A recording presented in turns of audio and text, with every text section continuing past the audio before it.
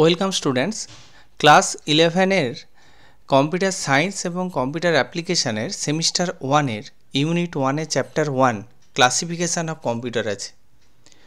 তো অনেক স্টুডেন্টের যেটা বুঝতে অসুবিধা হয় যে ক্লাসিফিকেশান অফ কম্পিউটার বলতে ঠিক কী বোঝায়। আজকে আমি ঠিক তোমাদের সেগুলোই বলবো। ক্লাসিফিকেশান অফ কম্পিউটার মেনলি 4 ধরনের। প্রথমটা হচ্ছে বেসড অন জেনারেশন। জেনারেশনের উপর ডিপেন্ড করে কম্পিউটারকে কত ভাগে ভাগ করা গেছে। ফার্স্ট জেনারেশন কম্পিউটার, যেটা 1940 থেকে 1956 অবধি। তারপর আসছি সেকেন্ড জেনারেশন কম্পিউটার, যেটা 1956 থেকে 1963 পর্যন্ত। থার্ড জেনারেশন কম্পিউটার 1964 থেকে 1971। ফোর্থ জেনারেশন কম্পিউটার, যেটা সময়টা ধরা হয়েছে 1971 থেকে 2010। এবং ফিফথ জেনারেশন যেটা কম্পিউটার, সেটা হচ্ছে প্রেজেন্ট অ্যান্ড ফিউচার। আমরা এটা হচ্ছে বেসড অন জেনারেশন। এরপর যেটা আসছি বেসড অন সাইজ। সাইজের উপর ক্লাসিফিকেশান কিভাবে করা হয়েছে। ফার্স্ট যেটাকে আমরা বলছি মাইক্রো কম্পিউটার। মাইক্রো কম্পিউটার কাকে বলে? যে কম্পিউটারগুলোতে মাইক্রো প্রসেসর ইউজ হয়। আমাদের ল্যাপটপ, ডেস্কটপ পিসি যা আমরা ব্যবহার করি সেগুলো কিন্তু সব মাইক্রো কম্পিউটার। নেক্সট আসছি মিনি কম্পিউটার। এরপর আসছি সেটা হচ্ছে মেন ফ্রেম কম্পিউটার। এবং ফাইনালি যেটা আছে সেটা হচ্ছে সুপার কম্পিউটার। এটা হচ্ছে সাইজের উপর ডিপেন্ড করে কম্পিউটারের ক্লাসিফিকেশান। নেক্সট ক্লাসিফিকেশানটা হচ্ছে বেসড অন টাইপ।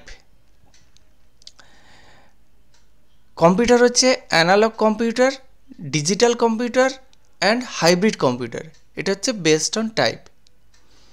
এবং 4 নম্বর যেটা ক্লাসিফিকেশানে আমি রেখেছি সেটা হচ্ছে বেসড অন পারপাস। দু ধরনের হয়, জেনারেল পারপাস এবং special purpose. General purpose computer কি? জেনারেল পারপাস কম্পিউটারগুলো হচ্ছে computers that are used for office, home, educational purpose, entertainment, playing game etcetera. এটাকে বলছি আমরা জেনারেল পারপাস। অর্থাৎ আমরা কম্পিউটারকে যে কাজে ইউজ করি এটা হচ্ছে জেনারেল পারপাস কম্পিউটার। নেক্সট আসছি special purpose. Special purpose computer কি?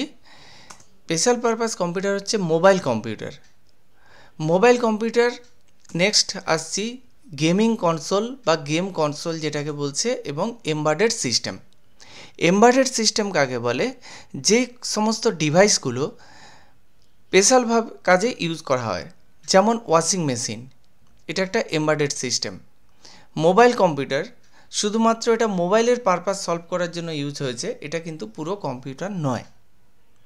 তাহলে তোমরা নিশ্চয়ই বুঝতে পারলে ক্লাসিফিকেশান অফ কম্পিউটার যে 4 ভাগে আমি বললাম, এবং তোমরা এভাবে পড়বে, হলে তোমাদের মনে থাকবে এবং তোমাদের এমসিকিউর অ্যান্সার দিতে সুবিধে হবে। আমার channel study computer science with মানসের। এই ভিডিওটা ভালো লেগে থাকলে লাইক করো, কমেন্ট করে জানাও, এবং আমার চ্যানেলে নতুন হয়ে থাকলে চ্যানেলটিকে সাবস্ক্রাইব করো। Thank you.